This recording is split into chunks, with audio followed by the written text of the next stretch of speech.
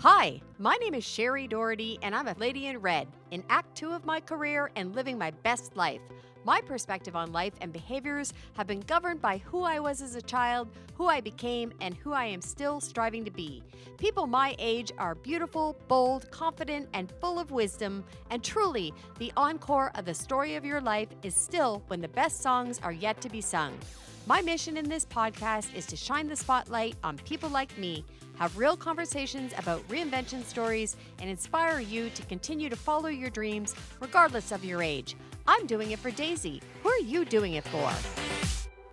Welcome to today's episode of the Encore Podcast. Today, I am delighted to have with me Anita Sarda, who is an independent associate at Legal Shield and ID Shield Services. Welcome, Anita. Thanks so much for having me. I really appreciate it. Oh, this is going to be so much fun. We've talked off air, obviously, and gotten to know each other a little bit. And I'm really fascinated by the many things that you are doing and in your Encore career. I said with an S because there's multiple happening.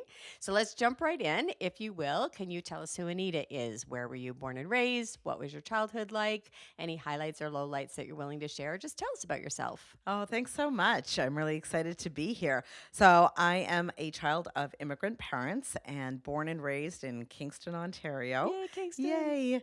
And really just grew up with that mindset from immigrant parents, which is go to school, do well in school, grab a great education, and join a corporate career. Join a job and really have that stability. And I think a lot of immigrant children have that mindset because their parents have struggled. And, you know, my parents came to Kingston, which was not a very ethnically diverse city. And I'm really thrilled and proud because I feel like I've got a really great balance of being East Indian and a very modern Canadian woman. You know, I'm financially independent, which is something my parents really wanted for both my sister and I. And we've had careers. We did well in school. And I did that traditional go to school, get married, have 2 children, buy a house, get cars, got the dog now, then said later, but, you know, did really that almost Canadian way, the Right. training to the traditional route that I think a lot of people aspire to, and I know that was great. And I don't think there was really anything. If anything, I think my childhood was phenomenal. I had so many opportunities to do things in high school, being part of yearbook and student council, being in the band, Indian dancing that my mom taught. Fun. So I was on stage a lot. I public spoke on stage all over the place. I performed everywhere. So I think I really had some unique opportunities, I think, growing up. Very, very fortunate for that. That's good. And you actually do smile when you talk about your childhood. And I love that because not everyone does. Absolutely. And I feel it's- really fortunate. Yeah. I felt very blessed that I am lucky. We didn't have a lot, but we used to my parents sent money home to India to help the family back there. So money was always a little bit tight, but my parents never made us feel that way. That's good. Really, That's I beautiful. did have a phenomenal childhood, quite Oh, honestly. that's so nice. Mhm. So nice. And then what did the middle look like? I know you said that got married, had children. Can you dig a little deeper on that? Yeah, you know, I was lucky. I had a great childhood, but maybe I didn't have such a good middle. Okay. In between, I think life hits you in different times of your life, right? Right. Some people struggle when they're children, and that's when life hits them early, and then some struggle a little bit later in life. And I got married. We had met in university here at Queen's. Okay. And got married, and unfortunately, it was a really difficult marriage. Oh, I'm sorry. He switched. He wasn't the kind of man that I had married originally, and he changed. And the beauty is we ended up with 2 beautiful children. Right. So they are my pride and joy. But our marriage was very, very hard. It was a really difficult marriage, and I didn't know that the divorce would be even worse. Oh, no. So it was a 5-year, extremely painful divorce. So Oh. I struggled a lot, and all the time of raising 2 little children, I had a very, very extensive corporate career. Right. Okay. What were you doing in that? I was at IBM, and I got recruited by IBM and had a phenomenal career. I moved up the ranks. I did really well, and I enjoyed it for quite a while, but it was really interesting to be a bit of a boss lady at work and then come home to a really difficult marriage and a very difficult home life. So that dichotomy was very stressful. And from the outside looking in, you would think my life was perfect. Right? You'd see the, quote unquote white picket fence. We lived in this beautiful home, a couple of cars, amazing kids. We had money. Yeah. Everything looked picture perfect. Looks good. Yes. It looked like that happily ever after, and far, far from it. Oh boy. So two lows, or two things that really were pivotal in my world, was I had gotten this management position at IBM. I no longer wanted to travel. I actually liked being a mother, and being a consultant and being on the road suddenly didn't seem so much fun. Okay. When you have two kids that you actually liked and I don't want it to be around for. And so I ended up in management, and this is 2008. Okay. So if those of you who know anything about 2008, and I'm sure most of your listeners know that year. They remember. That was a tough year. In lots of places were letting people go, and I was now this manager that was letting people go. Okay. And doing a lot of restructuring and resizing, and I didn't have a lot of control over things like that. And sometimes, and I'm sure your audience really appreciates this if you've spoken to other speakers or even heard it yourself, often there's that moment that can change everything. Oh, absolutely. Right? And we've talked about this, right? It could be a divorce or a corporate or a health scare, and there's a moment where someone says something that suddenly your brain just goes, oh my goodness. So I had two of those. And the first one came from my 7-year-old. Oh. So my son, I got home from work. It was a cold day. I hadn't even taken my boots off, and I took off my jacket, hung up, and he looks at me and he goes, hi, Mommy. And I said, hi, baby. How was your day? And he goes, great. He goes, how was yours? Who did you fire today? Oh. And he's 7, and I know that he didn't know what that meant, but apparently I'd been coming home pretty much every day, seemingly, and firing someone and bringing that home and talking about it because it hurt my heart so much. Right. And it was like a dagger in my heart, and I just stood there staring at him and went, oh my God, this is what my kid thinks I do every day. Right. It's ruined people's lives. So that was one of my pivotal moments where I went, I have got to do something. Like, I can't do this. Right. That's not who you want to be, and that's not how you want to show up in your son's eyes. I don't want to be that role model to them, to anybody, right? And I know it was part of my job, and it was something to do. And I hired a lot of people as well. Yep. But it was still that moment. Now, that moment stuck with me. It was years before I left corporate, but that was an underlying moment. It was there. Seed planted. The seed got planted in a crazy way that was actually going to birth a tree, right? And then the second moment was coming to the realization that I had to get out of my marriage. Right. And he needed to go. Okay. And that moment was so insanely, if you ever listened to the moment, if you were a fly on the wall and said, really? That's the moment you decided? There were so many other moments in your marriage that you could have said, we're done. But no, you picked this tiny, but it's the concept of, the straw that broke the camel's back. You're just done, right? Just done. And that moment made me realize I was strong enough, even though I didn't want to be. I had to be strong enough for my kids. I had to push through my culture. Okay. The sense of duty. Right. The fact that I was going to be the first person in my entire family to be divorced. Okay. His family to have been divorced. Yep. We are Indian, and there's a concept of love marriage and arranged marriage. This was a love marriage. My parents had an arranged marriage. Arranged marriages in India are not forced. They're just usually families help you meet someone, kind of like a dating app now, but at the time, it's usually by your parents. It's usually a lot faster, and it's usually done by family.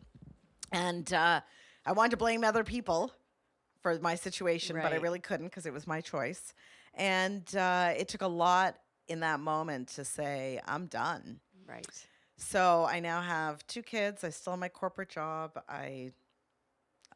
I'm unhappy. I don't know what to do with my life. Everything seems out of chaos because, my life was seemingly perfect to everybody. Yeah. Just pause for a moment. How old were you around this time? So I was 37. Okay. So I was about 34 when that moment with my son happened, I guess, 35. And then this moment when I left, when my marriage was done, I was about 37 at the time. Okay. And you did say it was Right. long and drawn out well into your 40s. Well into my before 40s. you had any sort of freedom, I imagine. Yes. From that. From that. And then I just truly felt like a fish out of water. I mean, when you're young, you feel like your life is sort of directed. Yep. You know, society, and again, I'm an immigrant child, so the path feels very defined. Oh, it's very go to school, graduate, meet someone, get married, buy 2 cars, have 2.5 kids, get a dog.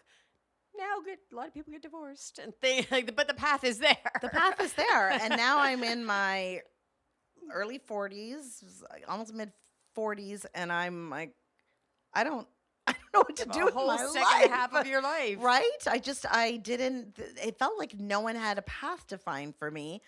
And I'm not sure, I wish a little bit I had been given. So I really am impressed with your podcast because, you know, you're giving people the ability to have that encore and say that it's okay. Oh, it's awesome. And it is awesome. I mean, we've talked about this. I've Yes. never been happier in my life now, and I feel young and I look young, and I'll go dancing till 2 a.m. I mean, I do all of that stuff Great. now. But there was this moment in my sort of 40s where I suddenly didn't have the path anymore, but I also didn't know that I had the permission to now have whatever life I wanted to have. Interesting. And I felt like I had to continuously coax myself into believing that there is no path. So forge your own. Yeah, carve one. Whatever you want to do. Why are you dictating what society requires of you? Why is it that someone else has to tell you? Why is it that your parents or your friends or your teachers or your professors or your boss or whatever Right. has decided that this is your path? And I wish a little bit earlier that would have been okay. So I went through a very long journey. Yeah. I think it takes some life experiences and some maturity, and usually around the midpoint, you realize I have permission to carve my own path. I think, though, in our younger years, we're so busy trying to please everyone else that we're often not trying to please ourselves. And time goes so quickly, you don't even realize 20 years has passed and you've been people pleasing. And so really the second half gets to be for you, and that's so exciting. And I think as women, I mean, I'm sure you've got a mixed audience that's listened to this, but I feel like as women in particular, we are nurtured to be people pleasers, whether you want to be. And I know that that doesn't hold to every single person, but I would say the majority of women really are people pleasers. So then when a crux of a change comes into your life, suddenly you have the opportunity where you're not necessarily having to people please, or you've made the choice where you don't want to anymore. Right, I'm not doing it anymore. I'm just not going to do it anymore. And when you Right. get to that point, then what? Right? Then what do you do? How did you find your next chapter? So this is a very interesting story. So I definitely have the philosophy of saying yes, and I'm going to share with you a couple of stories of how that comes about. But I'm also a very optimistic person. So I Great. live on, one of my values is hope. I'm hopeful for everything. I look at the glass, half full all the time. And so I was visiting Kingston, visiting my parents, and I was driving home to Toronto. I'm 3 years into my divorce, which is now a 5-year divorce. And all of a sudden, a car on the 401 in the dark zooms past me in the wrong lane. And it's got the Legal Shield logo on the back of its car. And in some part of my being says, you need to chase that car. So I did. Wow. And I know, right? So I start chasing the car, and it's got a 1-800 number, but it's got a website that I can remember. So I'm like, okay. And I can't pull out my phone, obviously, to take a picture. My kids are both sleeping, so I can't get anyone to help me. And I'm like, so the next morning, I have no idea what possesses me to remember this, but take the kids to school. I come home, I open my laptop, and I say to myself, I should look them up. What? So I do. Anyway, I get a phone call, and I now learn about this insanely amazing service we're actually celebrating our 25th anniversary. So this was 11 years ago. Wow. And I went, where have you been my whole life? Like, Right. why doesn't everybody have this? This is great. Now, remember, I had a lawyer for my divorce. Right. So I didn't really need legal services. So why I chased the car, I have no idea. Why I called them, I have no idea. Mhm. But I do believe in the universe that I was say going to yes. say, in my philosophy, it would have been a God wink. Other people call it the universe Yeah. or faith or whatever you believe Whatever. in. So I am a big believer in such things. And so I listened to this. I ended up hearing some information, and I watched a video, and I went, oh my gosh, this is great. I said, I'm going to tell everybody about this. And they said, well, we'll pay you. And I'm like, why? They go, that's what we do. I'm like, well, and my philosophy, I always say, my joking line is, well, if you're dumb enough to pay me for something I'll do for free, I'm smart enough to take your money. Exactly. I'll take your money. So I got started. Obviously, my life was in chaos back then. So I started really, really part-time on the side. Didn't think much of it other than I knew someone should have told me about it. So I was not going to make the mistake to not tell other people about it. Okay. And I ended up loving the idea of having a law firm in my back pocket. We have an app. You touch the app, you open a file, they call you back. You don't get a bill. You speak to a lawyer. Get your wills done. They review contracts. I know what it costs to speak to a lawyer. Right. I have lived 50 years of my life. I have looked at my parents when I was younger in moments where we should have called and gotten advice. I've had situations even when I was married, when things were good, Right. where life was happening to us and we should have had this. Right. So what started off just as a on the side, hey, buy Netflix, buy gas here because it's cheap, buy Legal Shield. Right. And just something I would say to people and not really think much of it. After about 4 years of doing this, I'm now done my divorce. I'm now in my latter half of 40s. Okay. And I really come to this pause in my world where I go, what am I going to do with my life? My divorce is done. My kids are teenagers, essentially. I don't want to do corporate because remember that seed of my son saying to me, what do you do? Fire people all day long was roaming through my head. I felt like I was unemployable. I just couldn't have a boss anymore. Right. And all of a sudden I looked at this company and thought, what? I could build a career here. And the moment I made that decision, because I like the philosophy of say yes to things. Yes. It actually ended up opening doors to amazing other things as well. So I started more doing this on a semi-full-time basis, really building it, made some great money and started to build a really nice career and public spoke a lot more, trained. I've spoken in front of like 10,000 people, training them and You're a coaching good them. speaker. There's no editing happening here today. Thank you. You're great. And then one of my favorite things, which is where we met, is networking. Right. I love networking. I love meeting other women. I love meeting men and women who build businesses. One of my favorite things to do is connect people to each other. I call myself a connector. Well, I was at a networking event and I met a lady who is a talent scout. Right. I want to go here. Yes. And we went out for lunch and we just hit it off and it was really fun. And about 3 years later, she calls me one day and she's like, Anita, do you keep your options open for opportunities? I'm like, that's my line. You can't use my line on me. That's what I say to people. Right. I go, okay, what do you got? And she goes, well, my agent is looking for a South Asian middle-aged woman who could put a suit on and play mom. Okay. I said, I'm not an actor. Right. She says, I know, but would you meet her? I said, I don't have any experience. She goes, I know, would you meet her? I'm like, I've never gone to school or training. I know, would you meet her? I'm not a model. Would you meet her? I'm like, if you stop talking, I'll go to the meeting. I'll go to the meeting. And she says, great. So the agent signs me on the spot. A month later, I got my first commercial. I do about, 30-ish commercials and TV movies and things like It's amazing, that. and I'm really jealous. And I would love to do that. I know, it's been so I'm fascinating. a great middle-aged lady, too. Yeah, exactly. It's been so fun. About a year ago, I ended up joining ACTRA, which is our the union. It shows you're a professional actor now.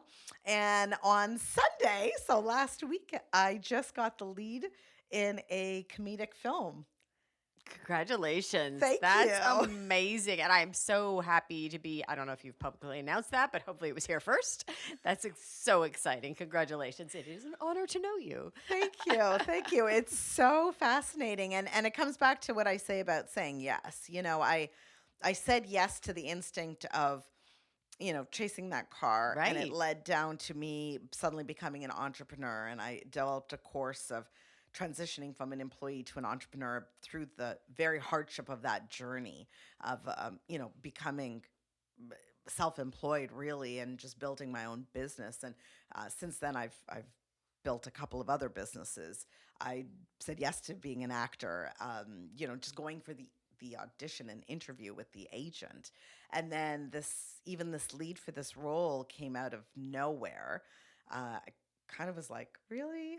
I don't know. But my mind says say yes. That's amazing. And I said yes and auditioned, and I ended up getting the lead role. Well, amazing things happen when people have life or approach life with that philosophy, because that is where all the magic happens, is in the yes. So I try and embrace that as well. My husband and I, a few years ago, decided actually that was going to be our approach. Is the answer is yes, pretty much to anything. Just because we like people, we want to make friends, and we want experiences and all those sorts of things. So sometimes if you said to me, do you want to go out for dinner tonight? Do you and your husband want to go out for dinner tonight? I would say, yeah. And you may say to me, well, do you need to call him? I'm like, nah. I literally know I could call him right now and say, hey, we're going out for dinner with somebody. And he'd say, okay, where should I meet you? Like, just the approach that we've taken. The only thing we have to be cautious is when we both commit us. Yes. So, then we have to pick the yes. However, I would say my boundary is probably skydiving. Correct. I would do almost anything. I'm Yes. not jumping out of a plane. Yeah, no, agreed. I'm like, for a safety thing, I have a few of those. But I believe in that philosophy of saying yes. And I think that you're right. There's a level of maturity that comes with being able to do that as time goes on. And I really do believe that moment starts to pivot around your 40s. Oh, 100%. Where suddenly all your duties and responsibilities and things that you have been told that you need to do for others suddenly gets tiring. It does. Yeah, exactly. 100%. It's very, like I was saying, very much about, the big show, which is why this is called Encore. But the big show life stuff is, getting a career, getting married, having children, buying houses, buying cars, vacations, dogs, like pick a fence, all the things. That's all great. And actually, when that stuff kind of wrapped up for me, I got scared, because you also start to question your value. Correct. And your worth. Like, well, now what do I do? Because I've done all the big things. What do I have to look forward to other than, I guess, dying is the next major milestone, which is pretty morbid. Correct. And so what am I going to do in that second half before the finale? Let's put it that way. Right. And in my life, it was a corporate career, layoff, and I could have ran down the street and got the same job that I had just at another company and signed up for another logo of my life and moved on. And it was absolutely what I didn't want to do, because I did stop and say, what have I done with the first half of my life, and who have I lived it for? And I love my family, and we have had a great life, and I'm blessed with an amazing husband, and we're still happily married and all those good things. But when I looked at the blank slate of the second half of my life, what did Shari want to do? And to give yourself permission to actually think about that is terrifying, but so freeing at the same time. Absolutely. And I firmly believe I'm going to live till I'm 104. It's funny. So, so I funny. have more than 50 years to go. Right. So funny story, in our family, all the ladies have great longevity. And so my mom currently has a goal to live to 90, because none of her siblings live to 90. And so she wants to live to 90. And what we're saying is, well, I'm an overachiever, so for me, that's 100. Correct. I'm like, I have to be an overachiever and beat what my mom did. And then, of course, my daughter, who's just mini me, is like, well, then I'll do 105. So we have big goals and then lots of time to fulfill. Absolutely. I'm going to touch on one more thing, if you don't Sure, mind. of course. Just because, you just commented, and congratulations for still being happily married, and phenomenal. That's amazing. That in itself takes a lot of It'll work. be 30 years this New Year's Eve. Amazing. And it does take a lot of commitment and For sure. work. And in this day and age with, distractions. But if you don't mind, I'd like to talk a little bit to those people who are divorced. Sure. Or widowed. Yes. And, or for whatever reason, just not with a partner. And it is tough out there. It is tough to meet people. Mhm. And the dating apps have are in plethora and it feels unnerving. And I think the one thing I just want to say is that when I had decided that I was going to get back into dating and, going on the apps or being open to getting back into like a relationship and stuff, there were two really big defining moments that came out. And some of it is, again, back to maturity and learning. Sure. But one of it was really, actually three. One is really healing. I think a lot of people, when they do go through pivotal moments in their life, and it could be health or divorce or even a corporate layoff or anything, for the same arguments of changing and doing a new career, sometimes we forget that there's healing and trauma that is needed to get dealt with before you put yourself into a personal relationship with someone. So sometimes it's a very easy to partition and go, I can join a new career, which is a little bit what I did. Right. I was like, it was tough to become an entrepreneur. It was a new world for me, but it was so tactical. What I failed to quite understand was you can't use that same approach when you want to be in a personal relationship with someone.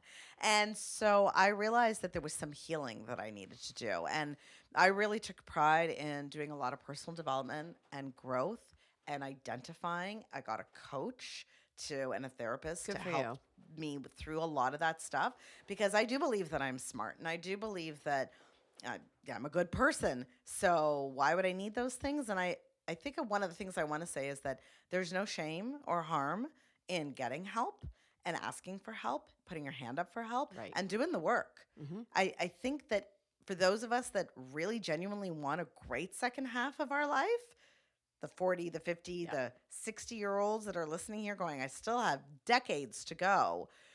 The decades come good only when you're mentally good. It's not just the physical health, which I think 100%. Is so important, but your mental health. So that's one. The second piece of it is really defining and understanding your own values and what are your deal breakers and recognizing it quickly. So the things that I needed or wanted when I was in my 20s looking for a partner, and back to the whole stability, good job, white picket fence, 2 kids, dog, car, blah, blah, blah. Yeah. Those things don't apply to me anymore, right? I'm not having any more kids. Right.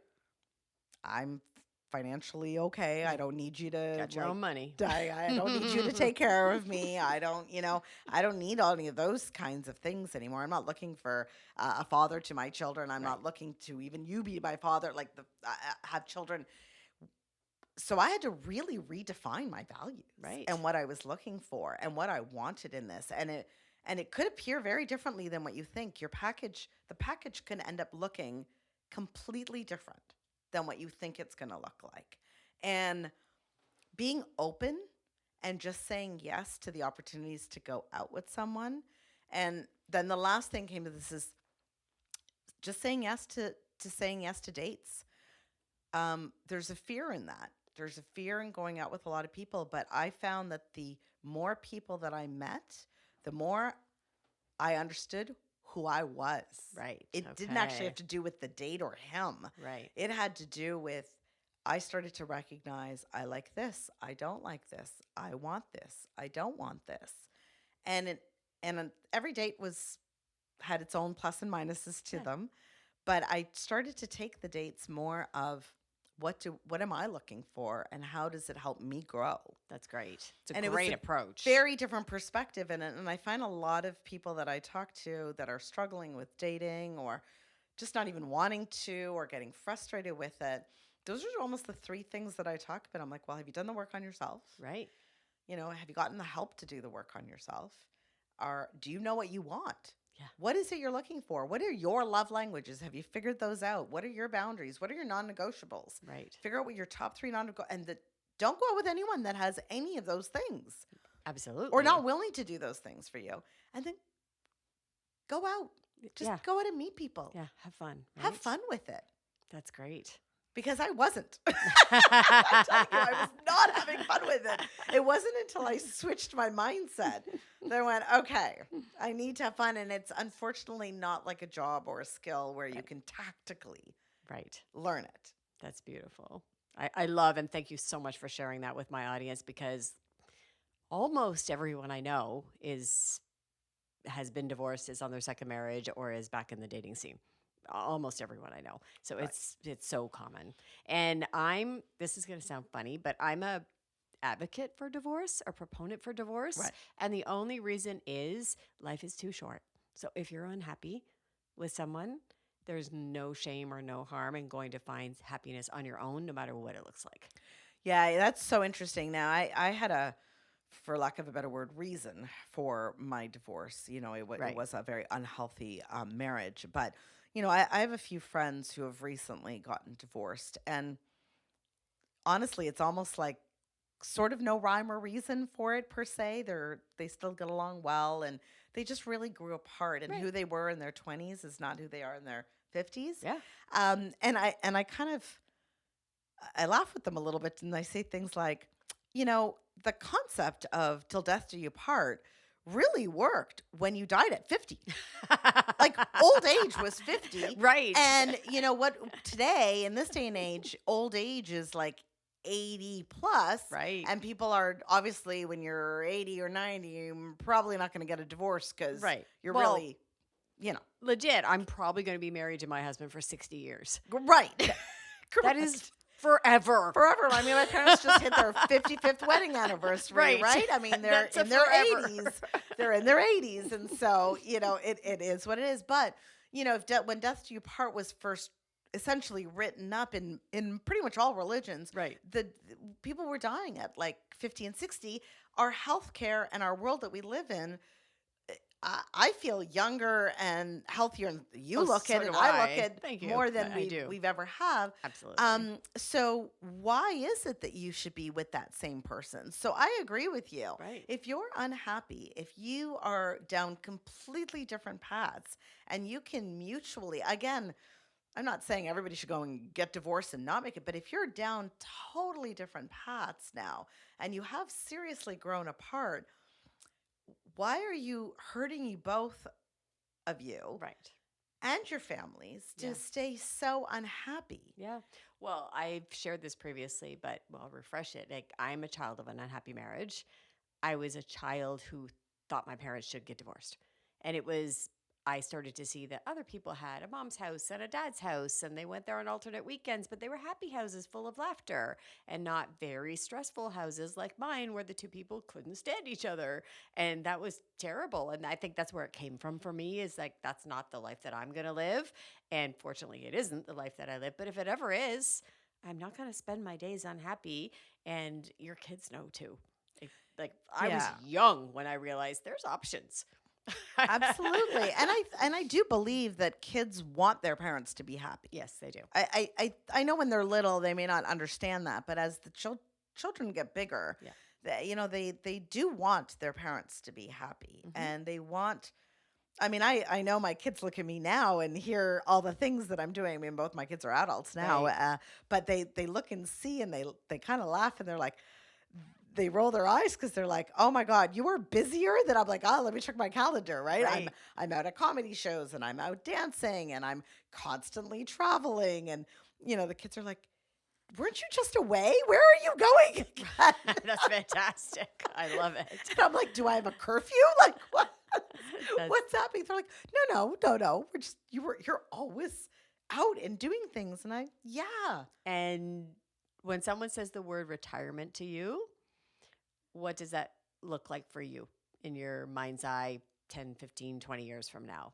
I can't even fathom what that word means to me. It's not even in my vocabulary. But I guess probably I suspected it wasn't. Yeah, I guess probably what the concept of slowing down Yeah. from the hustle that I'm currently in and I'm loving is the fact that I really have true financial time freedom Yeah.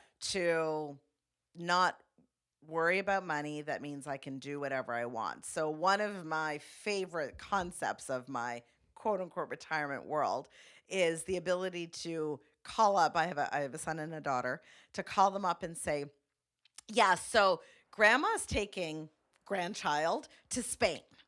See you in a week." Like, That is my definition of retirement, where I'm just going to call up and take a grandkid. And I joked with my daughter, and she goes, "Don't I get to go to that?" I've had that exact conversation with my kids. And I said, "No, because you'll be working." Right, work. Because I have the money, you'll be working, and I'm going Right. to take my grandkid, and we're going to go to Disney or Right. Spain or Italy or whatever it is. So when I think of retirement, that's one of the things I think about. And the other thing that I really hope to do, probably sooner than later, but I really would love to get on the public speaking circuit. Okay, I I'd can see it. love to, go out and hopefully inspire other people to make changes in their life. Oh my and goodness, I'm inspired right now. Thank you. Motivate them and inspire them. And that to me would be my ideal retirement, where 3 to 4 times a month I'm on the road somewhere in a different town doing talks where people will come up afterwards and go, "I changed my life. Thanks." That's I'm beautiful. like, awesome. That's beautiful. That's what I want to hear. You are absolutely a ray of sunshine. You emanate joy, and I love that. I love your energy and your giant smile. It's beautiful. We will have to take some photos after we're done recording. If you had any last thoughts for, say, 20-year-old Anita, or anyone listening who's just in that time when they're reevaluating what their second act looks like, what would those words be? Figure out how fast you can recognize if you're a people pleaser and just stop doing it. Okay. That would probably be my big thing, because a Okay. lot of the choices and decisions that I was making was based on what other people thought. Right. And what I felt, whether they believed it or were telling me this isn't even relevant. It's what I thought they wanted me to do. Right. And so I felt a huge sense of duty and obligation and people pleasing to make everybody else happy. And the person I put the lowest priority was myself. Right. And now what I've learned is, if my glass is overfilling and I focus on myself, and I don't mean this in an arrogant or selfish way, I really genuinely mean it. The more I pour into myself, that just gives me overabundance to pour into everyone else after. Absolutely. Which is the reverse, because most people think if you people please, you're giving to everyone else, but you're draining yourself. Right. You're emptying your cup. So you really can't give to anyone else. Yeah, But if you 100%. fill your cup, Oh, people catch your overflow. right, that concept of, go on fire and people will come from miles to watch you burn. That's really what I mean. Fill your cup. So if I could have told my 20-year-old self anything, fill my own cup. My 40-year-old self, anything. And I don't know exactly when that switched over, but now that I'm over 50, Right. very much the philosophy, say yes and fill your own cup. That is beautiful. Thank you so much for being with us today. This has been a sheer pleasure to chat with you. Like I said, I'm motivated and inspired just being in your presence. I really appreciate it. To our listeners, if you've enjoyed this podcast, please share it with your friends. And if you could hit the subscribe button and circulate this, it would be greatly appreciated. And thank you again, Anita. Thank you so much for having me.